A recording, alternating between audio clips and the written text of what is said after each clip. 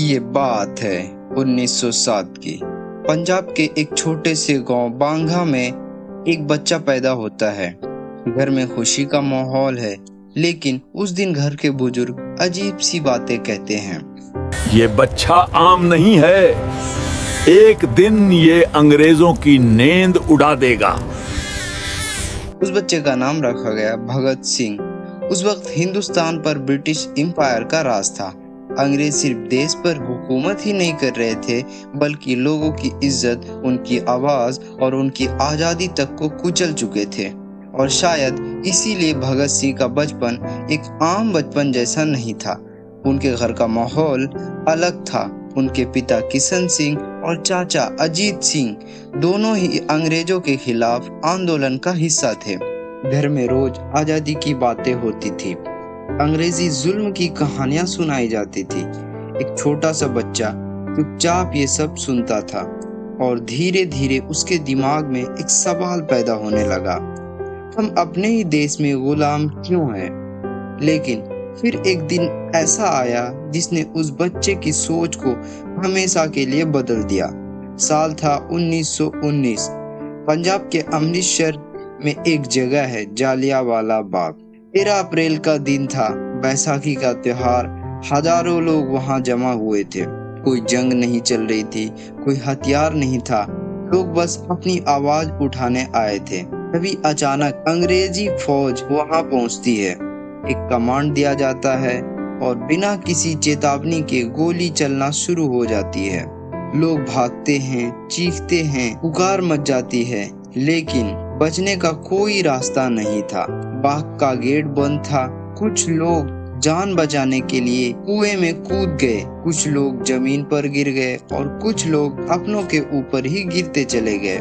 सिर्फ कुछ ही मिनटों में जमीन खून से भर गया। ये बात था जालियांवाला बाग का वो खूनी दिन जिसको मैं पहले ही एक्सप्लेन कर चुका हूँ। जब ये खबर भगत सिंह तक पहुंची तब वो सिर्फ 12 साल का था, लेकिन उस बच्चे के दिल में एक ऐसी आग लग चुकी थी जो कभी बुझने वाली नहीं थी। कहा जाता है भगत सिंह अगले ही दिन अमृतसर पहुंच गए और उस बाग की मिट्टी अपने हाथ में उठाकर घर ले आए। वो मिट्टी खून से लाल थी। उस दिन भगत सिंह ने एक फैसला कर लिया, मेरी जिंदगी सिर्फ एक चीज के लिए है और वो है आजादी। समय बीतता गया, भगत सिंह बड़े होते गए, लेकिन उनके अंदर का गुस्सा और उनका जुनून और भी गहरा होता गया। वो घंटों तक किताबें पढ़ते, दुनिया भर के रिवॉल्यूशनरीज के बारे में पढ़ते और समझने की कोशिश करते अंग्रेजों को हिंदुस्तान से कैसे निकाला जा सकता है। इसी दौरान उनकी मुलाकात कुछ और जवानों से होती है जो बिल्कुल उन्हीं की तरह सोच रखती है, और इन्हीं में से एक का नाम था चंद्रशेखर आजाद। धीरे धीरे भगत सिंह एक ऐसा संगठन का हिस्सा बन जाते हैं जो अंग्रेजी हुकूमत के खिलाफ सीधी लड़ाई लड़ना चाहता। लेकिन फिर 1928 में एक ऐसी घटना हुई जिसने सब कुछ बदल दिया। उस समय हिंदुस्तान में साइमन कमीशन आया था। हैरानी की बात ये थी कि इस साइमन कमीशन में एक भी इंडियन मेंबर नहीं था, इसलिए पूरे देश में प्रोटेस्ट शुरू हो गया। लाहौर में एक बड़े फ्रीडम लीडर लाला लाजपत राय इस प्रोटेस्ट को लीड कर रहे थे। सड़कों पर हजारों लोग निकल आए थे। सब एक ही नारा लगा रहे थे, go back Simon, go back Simon. लेकिन तभी पुलिस ने लाठी चार्ज कर दिया। जब भगत सिंह को ये पता चला तो उनके अंदर का गुस्सा फट पड़ा।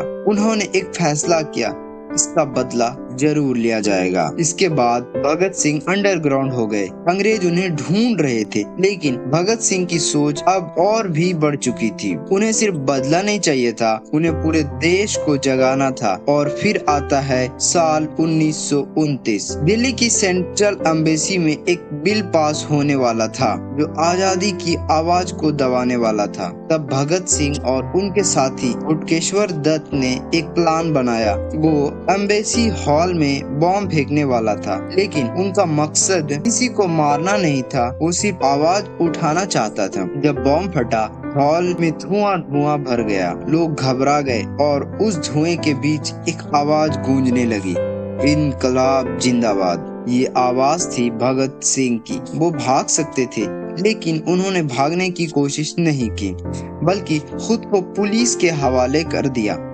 ताकि उनकी आवाज पूरे हिंदुस्तान तक पहुंच सके। और ये मामला कोर्ट तक पहुंच गया और भगत सिंह को जेल में बंद कर दिया गया।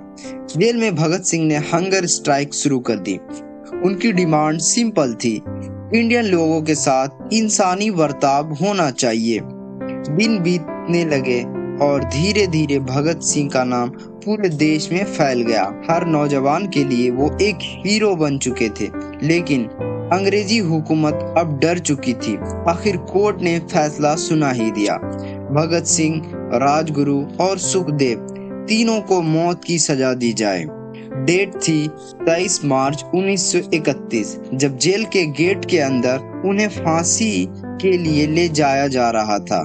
तो लोग कहते हैं भगत सिंह बिल्कुल नहीं डरे, बल्कि वो हंसते हुए जा रहे थे और जोर जोर से नारा लगा रहे थे, इनकलाब जिंदाबाद। और कुछ ही पल बाद सिर्फ 23 साल का नौजवान अपनी जवानी देश के नाम कर चुका था।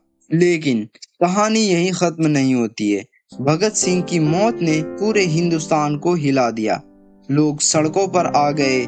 नौजवान के दिल में एक ही सवाल था, अगर 23 साल का एक लड़का देश के लिए जान दे सकता है तो हम क्या कर रहे हैं। और शायद इसीलिए आज भी जब आजादी की बात होती है, एक नाम सबसे गर्व से लिया जाता है, भगत सिंह। एक ऐसा नाम जो सिर्फ एक इंसान नहीं बल्कि एक सोच बन चुका है। एक ऐसी सोच जो कहती है आजादी कभी दी नहीं जाती, उसे छीनना पड़ता है। ऐसे ही भारत के इतिहास को जानने के लिए सब्सक्राइब करें।